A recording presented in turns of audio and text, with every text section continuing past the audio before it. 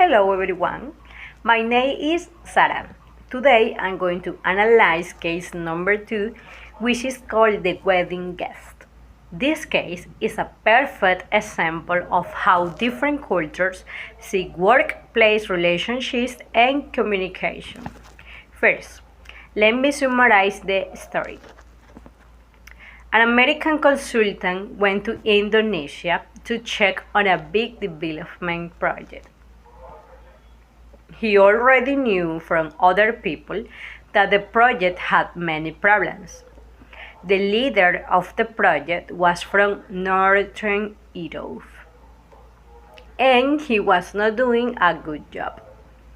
When the consultant arrived, he told to an Indonesian engineer. The engineer confirmed that the project leader was failing, but he did it in a very quiet, carefully, and indirect way. The consultant was surprised and asked the engineer a direct questions. Did you tell the project leader that he is doing a bad job? The Indonesian engineer looked at him and gave a beautiful but surprising answer. He said, "No, because he was a guest at my wedding." Now, let us analyze this case using cultural awareness. The first major element we can see is the difference between high context and low context communication. The American consultant and the Northern European leader come from low context cultures. In those places, communication is direct, explicit, and very clear. People say exactly what they mean. If a project is failing, you say it directly because you want to fix the problem quickly. But the Indonesian engineers come from a high context culture. In Indonesia, communication is indirect.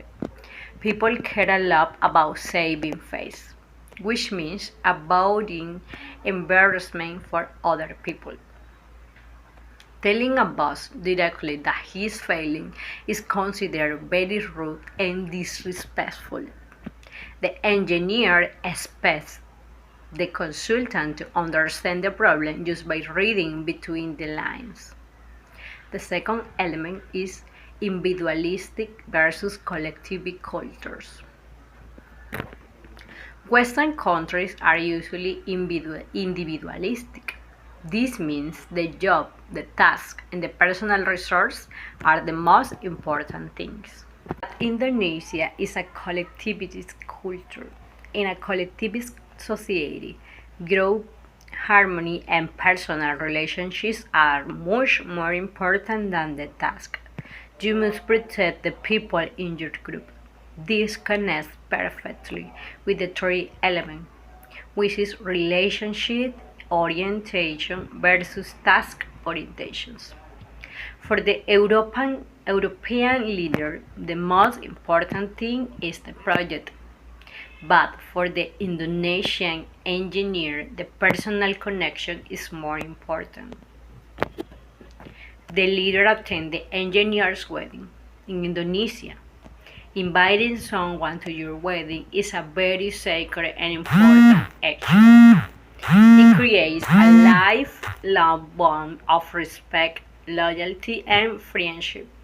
For the engineer, criticizing the leader will be a terrible betrayal of that hospitality. To conclude this video, we can talk about cultural intelligence or CQ. To solve this problem, the managers need cultural intelligence. The American consultant needs to understand that the engineer is not trying to hide the truth or protect a bad boss. He is just showing deep cultural respect. A good global leader must learn to adapt to those situations. Instead of asking for direct feedback in a big meeting, a leader with high cultural intelligence should use indirect methods private conversations or a third person to understand the real problems without breaking the harmony. This case teaches that technical skills are not enough in professional life. We also need to understand human hearts and cultural backgrounds to work together in harmony. Thank you very much for listening to my analysis. Bye bye.